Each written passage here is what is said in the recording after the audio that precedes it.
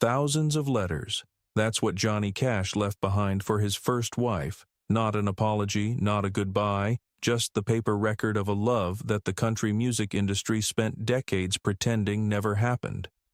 Vivian Cash died in May of 2005 with her name barely attached to his story, and the world that had turned her marriage into someone else's romance never stopped long enough to ask what she had actually lived through. She finally answered that question herself, and what she put on paper changed the shape of everything people thought they knew. Country music built its mythology around Johnny and June. That love story, the addiction, the redemption, the sacred partnership, got turned into films and ballads and cultural shorthand for what real devotion looks like. None of that mythology left room for the woman who came before, who bore his 4 daughters, who wrote back to Germany every single day for 3 years while he was stationed overseas, who stood at the altar at St. Anne's Catholic Church in San Antonio on August 7, 1951, believing she was marrying the man her entire future was built around. Vivian Liberto was 20 years old when she became Mrs. Johnny Cash, and what that title eventually cost her never made it into a single song. The skating rink where they met was in San Antonio on July 18, 1951, and Johnny Cash could not skate. He grabbed the rail, wobbled toward the center of the floor, nearly went down completely, and then started singing softly along with a Rosemary Clooney record playing through the speakers. Something in that voice caught Vivian before she had time to think about it. Just before the rink closed, he skated over and asked if she would skate with him, still unsteady on his feet, not particularly bothered by any of it. She said yes, and 3 weeks later he shipped out to Germany, but not before finding a bench and carving 4 words into the wood. Johnny loves Vivian. What followed was 3 years of letters, written nearly every day, crossing an ocean in both directions.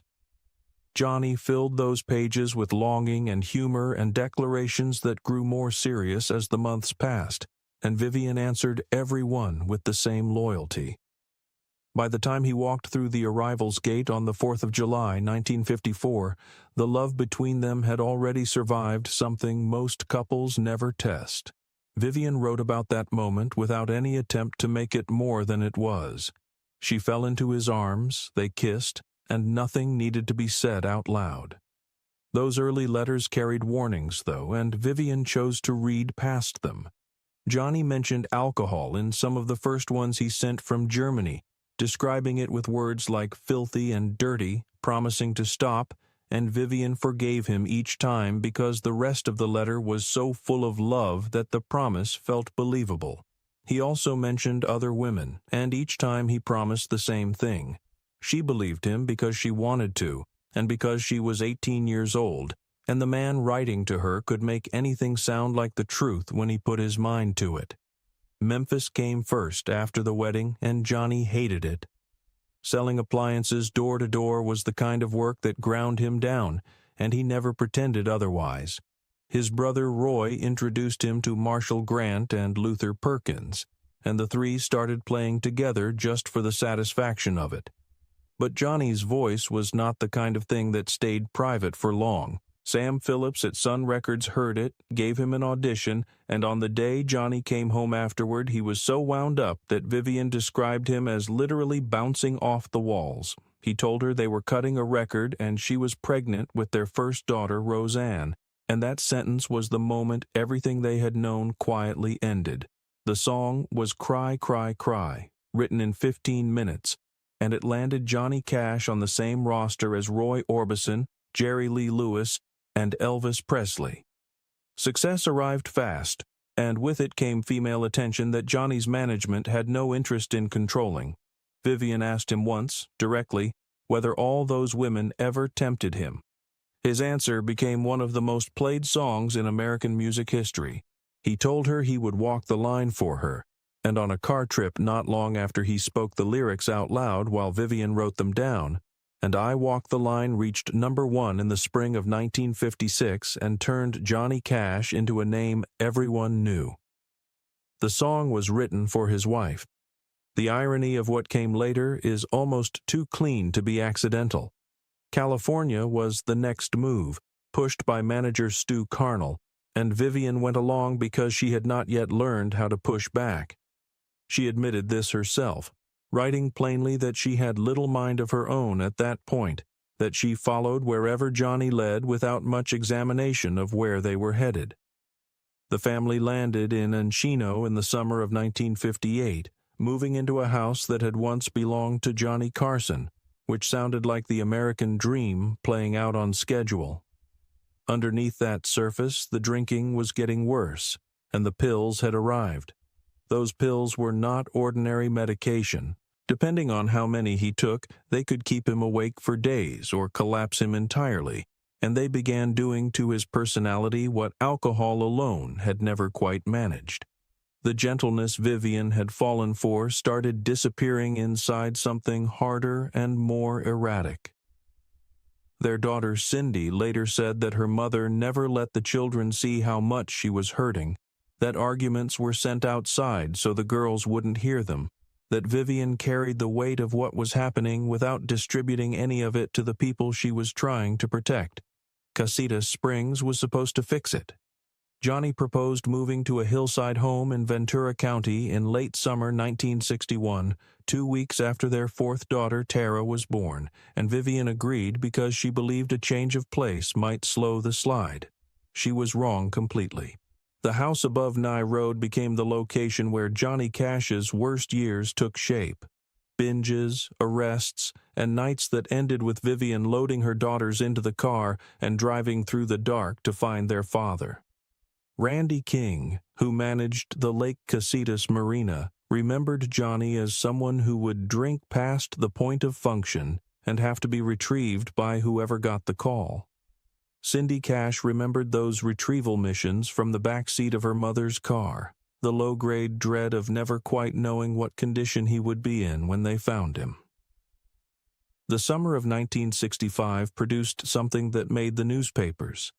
Out in the backcountry above Fillmore, Johnny's truck, a vehicle he called Jessie, sat parked by the road when the exhaust pipe separated from the silencer and ignited dry grass nearby.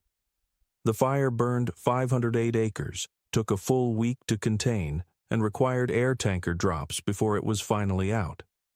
The official who responded found Cash sitting near the truck, unable to walk straight, appearing to be on something stronger than alcohol. The insurance bill came back at around $82,000, and none of it slowed anything down. June Carter had been in the picture since 1958, when Vivian first met her and felt immediately, without being able to explain it, that something was wrong. Carter came from country music royalty, and she was already well known when she came into contact with Johnny's world.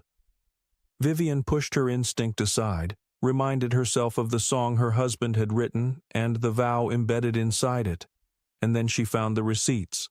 Gifts worth thousands of dollars, charged by her husband, sent to June Carter. The thing she had tried to convince herself was paranoia turned out to have been accurate from the first moment she felt it. The particular suffering Vivian described in her book, confirmed by co-author Ann Sharpstein as the wound that never really healed, was what happened afterward in public. June Carter gave interviews describing herself as a caretaker for Johnny's daughters.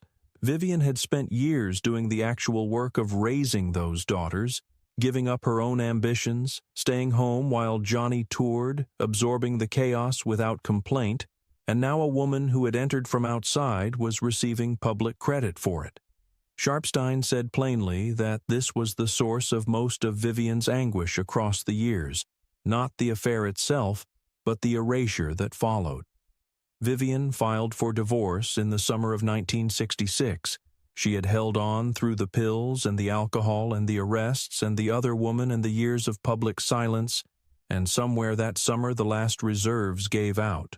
The divorce finalized by the end of 1967, and she rebuilt in Ventura County without asking anyone to feel sorry for her.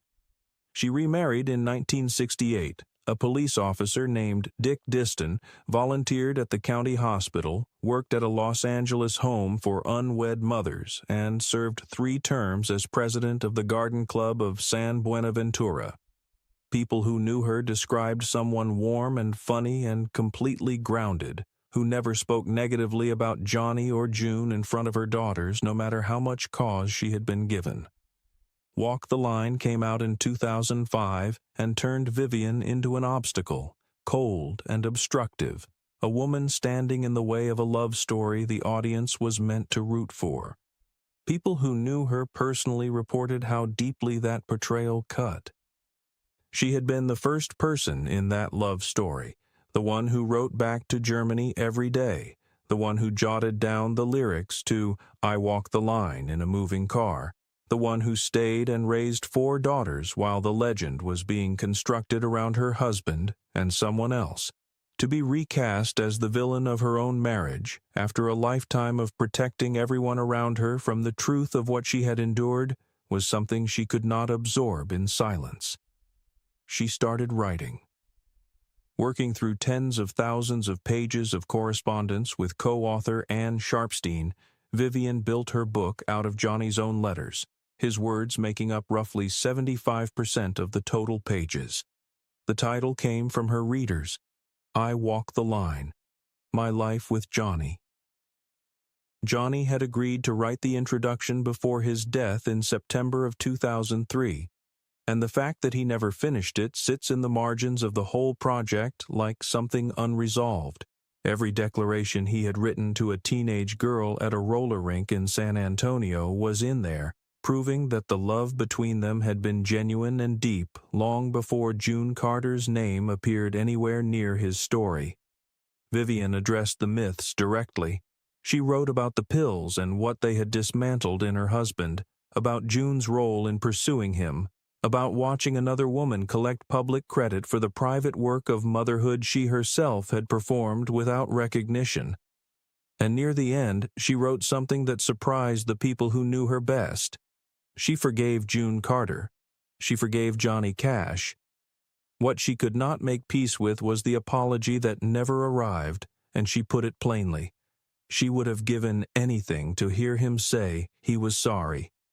In her final years, Johnny appeared in her dreams, standing beside a dark car, waving her over, saying he wanted to talk.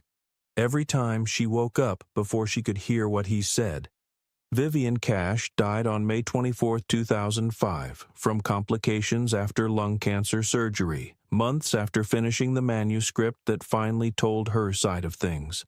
Her last written words expressed a quiet hope that she and Johnny would eventually get to have that conversation properly. Given everything she had carried for 50 years, the letters, the daughters, the silence, the erasure, that conversation was the least of what she had earned.